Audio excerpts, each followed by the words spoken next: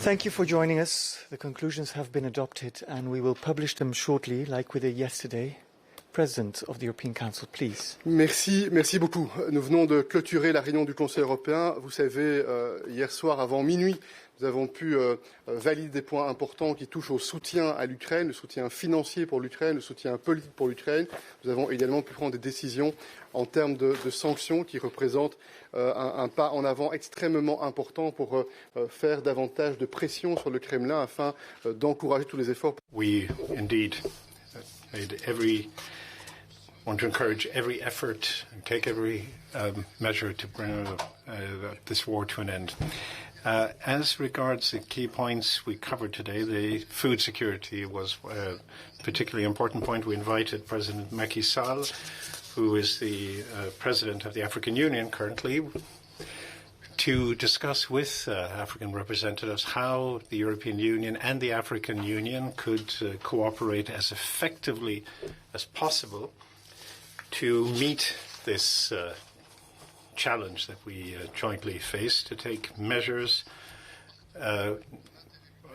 to support the African countries in a spirit of partnership to help improve and strengthen the production capacities in Africa, and also to ensure supporting measures so that one can help avert this potentially serious crisis for a number of countries. It could have a harmful effect in Africa, but also in Europe. That's one element, and you'll see the detailed conclusions on that.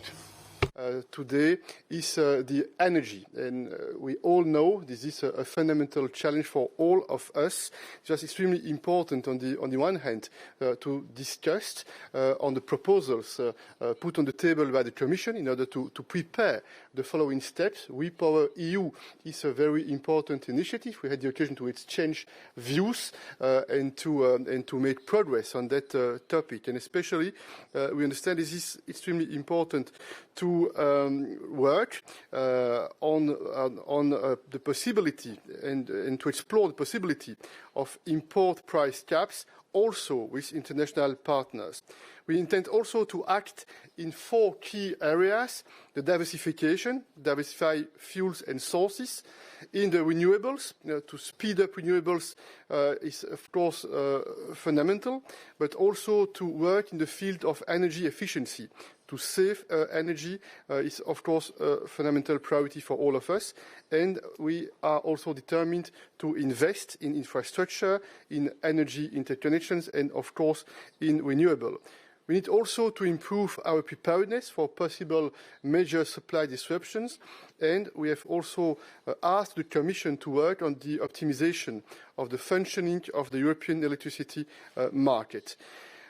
Ce débat sur l'énergie. This debate on energy was an opportunity to reaffirm our determination to pick up this challenge as Europeans. Now, we faced this challenge before the war in Ukraine, but even more so now because of the ongoing war in Ukraine. And then finally, the third point I wanted to mention concerning European defense. You will see the conclusions, too, in this field.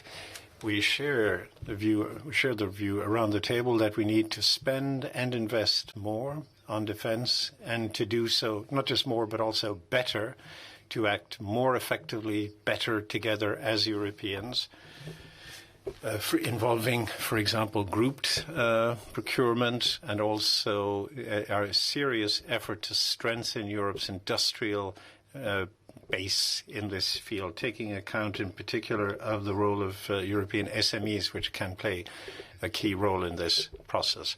It was also an opportunity to reaffirm the importance of complementarity between what the EU does and what NATO does. There will be a summit in Madrid, and this will no doubt be an opportunity to reaffirm this complementarity between the European Union and NATO. So these are some of the key points I wanted to share with you in the immediate aftermath of the European Council, which has just concluded. Madam President. You might remember that in Versailles, the leaders decided to phase out the dependency on Russian fossil fuels as soon as possible. We started with coal. Yesterday, in the middle of the night, we decided then to have a ban now on de facto 90% of Russian oil imports to the European Union by the end of the year. And this comes at a time when we see that Russia has disrupted supplies to, by now, 5 member states. Finland, Bulgaria, and Poland, but now to a company in the Netherlands and to a company in Denmark. So our answer has to be very clear. How are we going to manage and what is the roadmap to really get rid of the dependency of Russian fossil fuels, and here with view to gas? The answer is Repower EU. It brings basically 3 different pillars that we have discussed today. The first one is the diversification away from Russian fossil fuels, specifically on gas. Here we now have set up a joint task force for common purchases, joint purchases of gas, because the market power of the whole of 27 in the European Union is much bigger than every single member state, and we will achieve better conditions. We have, of course, already since the beginning of the year started to look out for other, more reliable suppliers, and this effort is already paying off. We see today that the LNG deliveries from other parts of the world, others than Russia, have doubled in Q1 in 2022 compared, for example, to the previous year. The second element we are working on in Repower EU is the security of supply through better interconnections, so that the gas can flow wherever it is needed. And of course, the common objective to have a more strategic storage gas storage across the European Union. Here we have good news. Our gas storage is already filled at 41% of the capacity. This is 5 percentage points higher than it was the case last year at the same date. And then the third is the most important pillar, and this is the massive investment in renewables. It's accelerating the deployment of renewables across the European Union. The renewable energy has the big advantage that it is not only good for the climate, but it is also good for our independence and good for our security of supply, and it creates jobs at home. So for this plan, Repower EU, we have been discussing with the Council, European Council. We are proposing to support it with 300 billion euros from EU funding. There are different parts that are contributing to this funding. If there are any questions about it, I'm very happy to respond to them. But this is the house of Repower EU that we have presented and discussed today. Basically, it is solidarity and cooperation that are at the heart of any successful strategy to deal with Russia as a non-reliable supplier anymore. Cooperation, for example, as has been demonstrated by Denmark, Germany, the Netherlands and Belgium, who a couple of days ago showed at a joint wind summit what it means to develop the wind power, the offshore wind power in the North Sea. And of course, solidarity, this was a big topic today, ensuring that in case of a full disruption of gas flows from Russia, gas is indeed allowed to flow to wherever it is needed in Europe. The second topic was defense. The war, again, was and is a stark reminder for our member states on the need to strengthen our defense capacities. We have seen positive developments, notably, of course, we are all aware of Finland's and Sweden's application to join NATO, the strongest military alliance in the world, and they will benefit greatly from their membership. But also the fact that since the beginning of the war, leaders and the member states stepped up and announced by now 200 billion euros in extra military spending. Now it is important that we ensure that these stepping up and additional investment, we get the maximum value out of it. And we all know the challenges that exist within the European Union or the European model. On one hand, it is the lack of investment over the last years, so the gaps have to be filled. But the bigger challenge is the fragmentation we have within the European defence industry and the duplication of weapon systems. Here we see that this leads to increased cost, to reduced interoperability, so we have to improve this situation. And therefore, it is first of all helpful that since the beginning of this mandate, the European Defence Fund is up and running. It's a strong incentive to work together. The pilot programs so far have benefited to more than 600 entities, and 26 member states have used so far the European Defence Fund. This is an encouraging start. But there's also a second element now when we replenish the military material that has been sent to Ukraine, for example. It is important that this is coordinated, and for that we're setting up a task force to coordinate, also to deconflict the replenishment of the national stockpiles. And the Commission will propose before end of June to mobilise 500 million euros over the next 2 years from the EU budget to incentivise the joint procurement by at least 3 member states. This is, let's say, a pilot for a longer-term proposal that will come in the course of this year for a European Defence Investment Programme.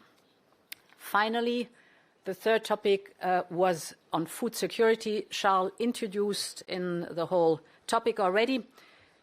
At the moment being, we're facing one overriding urgency, and that is 20 million tons of wheat are stuck in Ukraine, and they have to get out. And therefore, we have created, and we're working hard on the solidarity lanes that will enable it to bring out parts of this wheat through a land route and trains towards our parts.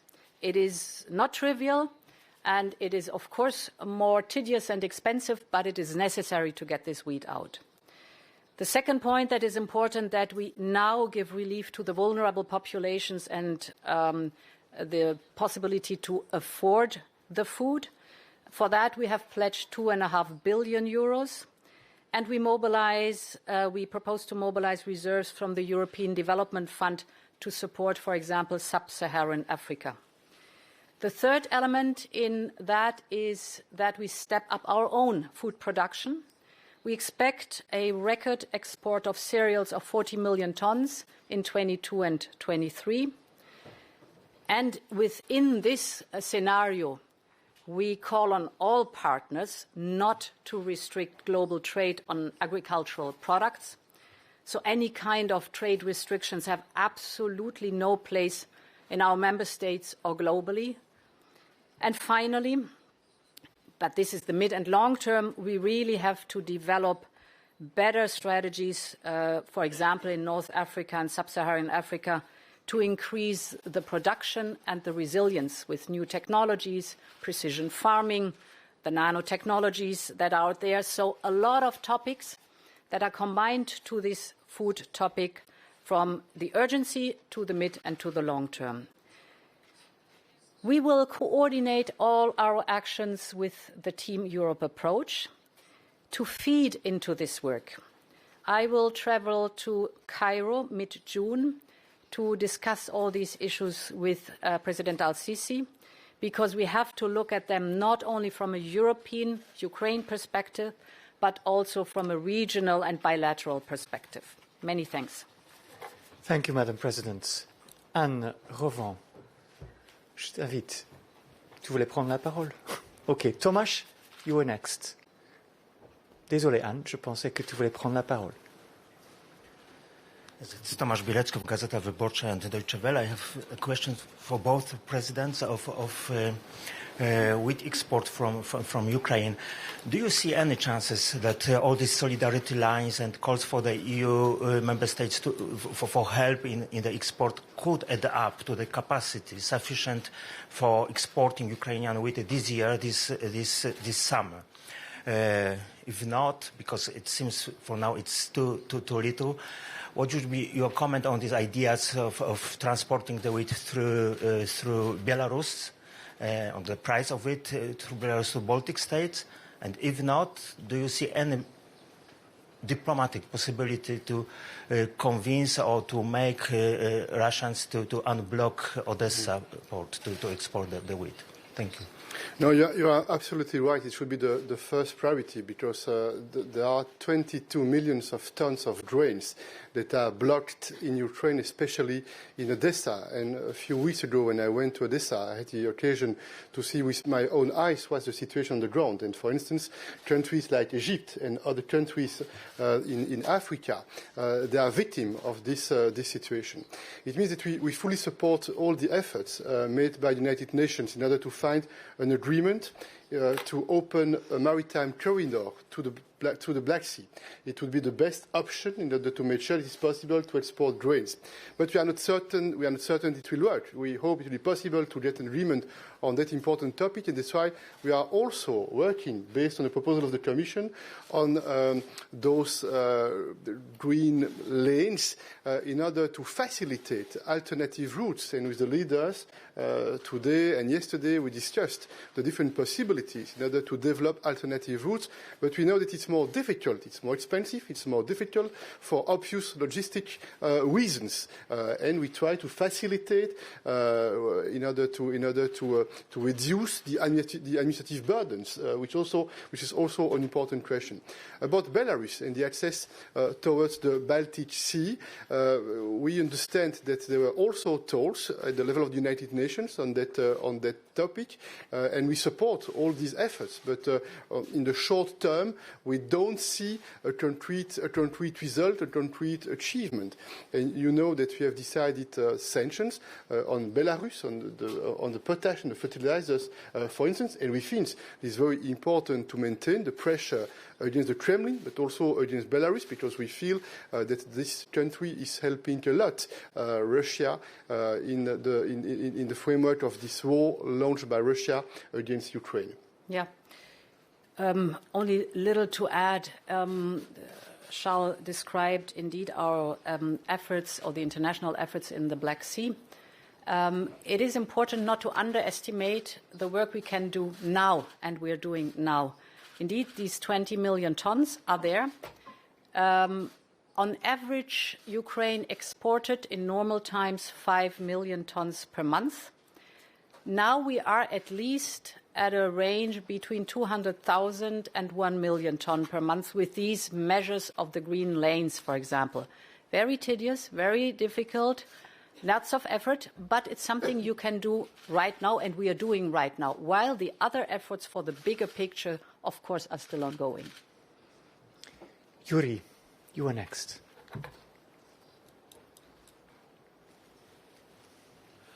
Yes, thank you very much, Yuri Shiko, Ukrainian service of Deutsche Welle. I have a question first about the embargo on oil.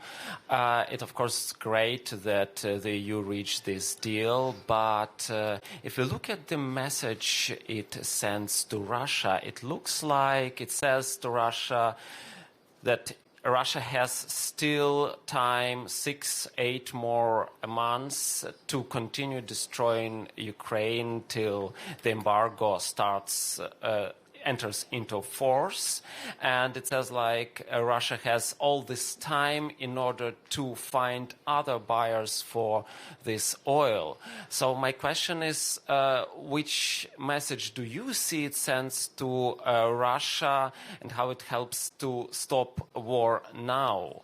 And the second question is also, because you discussed today a lot of energy, what do you see? Ukraine is connected to European continental electricity grid already for a couple of months, and I know that the work is going on the commercial of selling of Ukrainian electricity to the EU countries. So which perspective do you see? I think it's rather to Frau von der Leyen question. Which perspective do you see here? How soon it might start this commercial trade of electricity with Ukraine, and how can it help also Europe in its energy transition? Thank you very much. I think it was an outstanding success that we were able to connect the electricity grid that fast.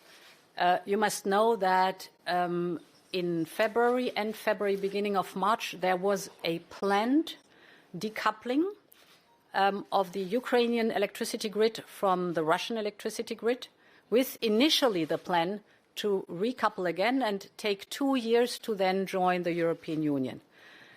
Of course, when the war hit, it was absolutely impossible to recouple Ukraine to the Russian grid, and we managed within 2 weeks to couple the Ukrainian grid to the European one, and this was and is a big success.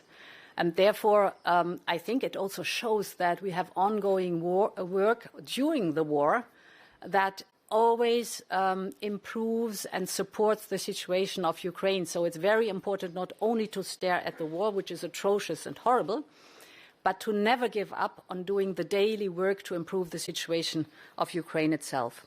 For your wider question, I think we have to look at 2 points. It is a wind-down period in 6 to 8 months till the end of the year. So it's not an abrupt and full speed supply during that time and then abrupt end, but a clear reduction of oil already.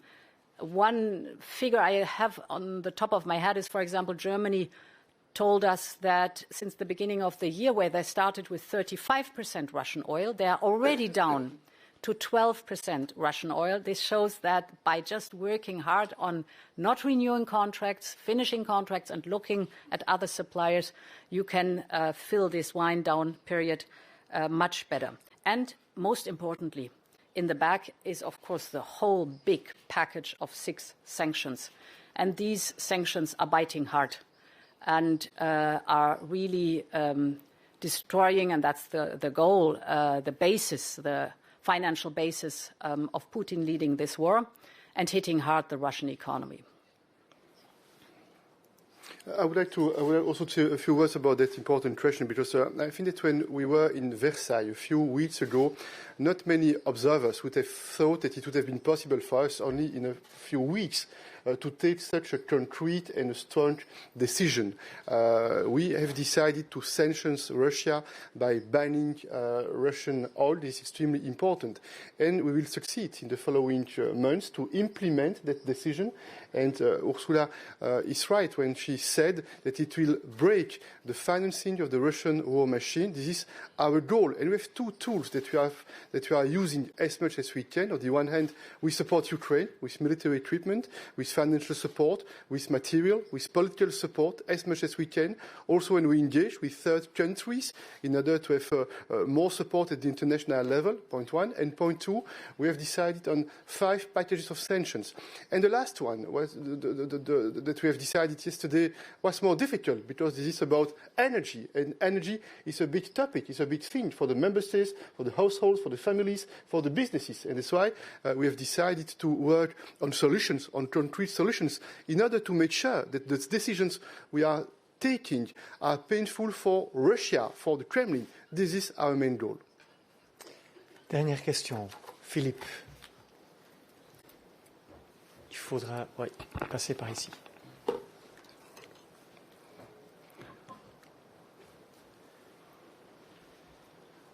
Pardon, c'est tout un voyage. Merci. Sorry, a bit of a trip to get here from Le Soir. Question for both of you. Do you share the view of certain member states that with this sixth package, it's time to take a break when it comes to the sanctions, to look at what the effects of these sanctions are, because it's also got a price tag? Or do you think, as others believe, that it's now time to prepare the way for the seventh package? Now, you said yesterday that Coreper on Wednesday would probably complete all the work, so the sixth package could enter into force already on Wednesday or Thursday. Can you confirm that date? The second question is with regard to food security. Moscow keeps repeating that the cause of all this evil is, of course, the Western sanctions, the fact that we're not letting their vessels into our ports, and also what's happening around Odessa. Do you think that that is a massive trap? They want to demine Odessa so that they can then get access themselves to the port. Well, on that last question on Odessa, of course, there has to be a security guarantee there. We can't have a maritime corridor for humanitarian reasons, weakening the security situation in Ukraine. Obviously, we would support the position of Ukraine each and every time they try to defend their legitimate security concerns.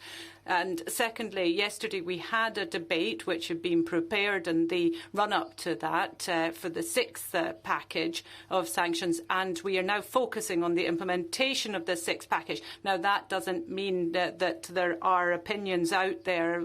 Different members of the Council have different opinions, but we are focusing now on the sixth package. And as I indicated yesterday, the legal texts are being drafted, and the procedure therefore can take off as of tomorrow. So the text will be sent tomorrow and validated tomorrow evening or the day after. So it could just be a question of hours with the legal drafting of the text. But I can confirm that as of tomorrow, the legal text will be there and can be addressed to all the Coreper members. The question is concerned on sixth package and the follow-up. I think, on one hand, we have to look at the Russian economy and financial market, and on the other hand, on the big resources to the Russian government, that is energy, fossil fuel energy. And we have now clearly addressed the three topics of coal, oil, and gas with two sanction packages and Repower EU. And the six sanction packages are also, of course, addressing the financial sector and hurting it heavily. The same goes for the Russian economy.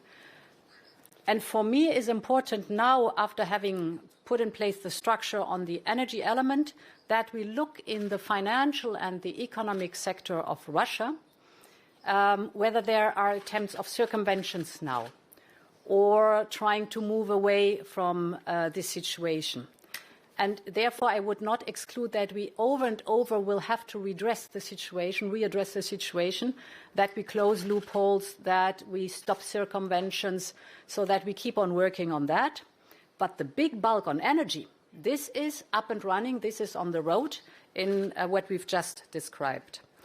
On the looming food crisis, that the fact that there is a severe food crisis developing is only the fault of Russia's unjustified war. Without this war, we would not have it. And we should always, over and over, repeat that. Russia is not only blocking the export of Ukrainian wheat, it is bombarding warehouses where wheat is stored deliberately. Of course, you know that they are also mining the fields where Ukraine could have the next harvest of corn. And I want to be very clear. We have no sanctions on food and agricultural products. No sanctions on that. And important also, if you are speaking about fertilizers, for example, third countries have access to all the fertilizers, for example, from Russia. This was a clear decision that we say humanitarian goods and food, agriculture, wheat, of course, is a part of it, no sanctions on it. So it's a complete misinformation from Russia's side. The only reason why we are struggling now with the food crisis is because of this brutal, unjustified war against Ukraine. Thank you, Madam President. This concludes our press conference. It's a matter of minutes for the publication of the conclusions.